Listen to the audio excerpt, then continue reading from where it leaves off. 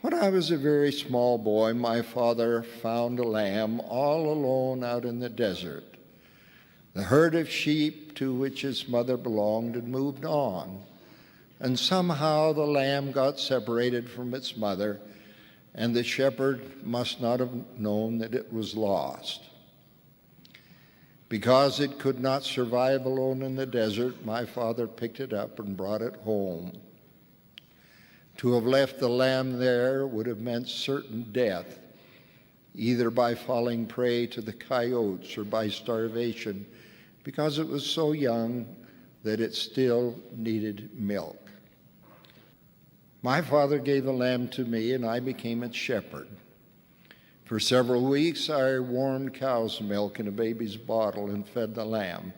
We became fast friends. I called him Nye. Why, I don't remember. It began to grow. My lamb and I would play on the lawn.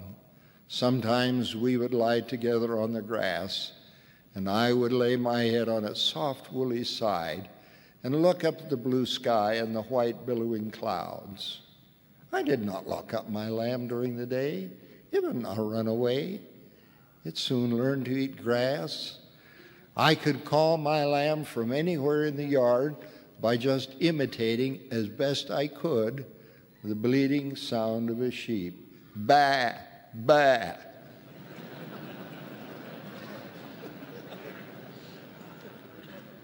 One night there came a terrible storm. I forgot to put my lamb in the barn that night, as I should have done. I went to bed. My little friend was frightened in the storm, and I could hear it bleating.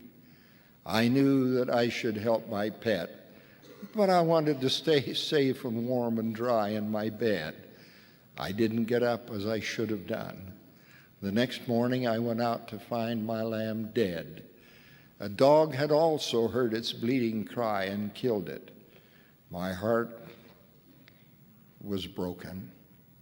I had not been a good shepherd or steward of that which my father had entrusted to me.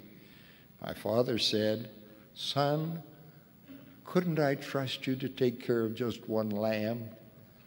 My father's remark hurt me more than losing my woolly friend.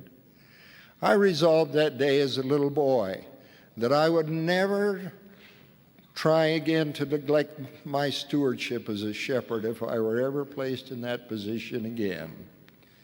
Not too many years thereafter, I was called as a junior companion to a home teacher.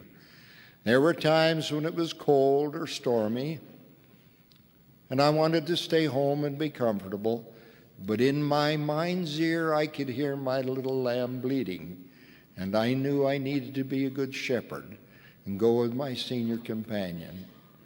In all those many years, whenever I have had a desire to shirk my duties, there would come to me a remembrance of how sorry I was that night, so many years ago, when I had not been a good shepherd. I have not always done everything I should have, but I have tried.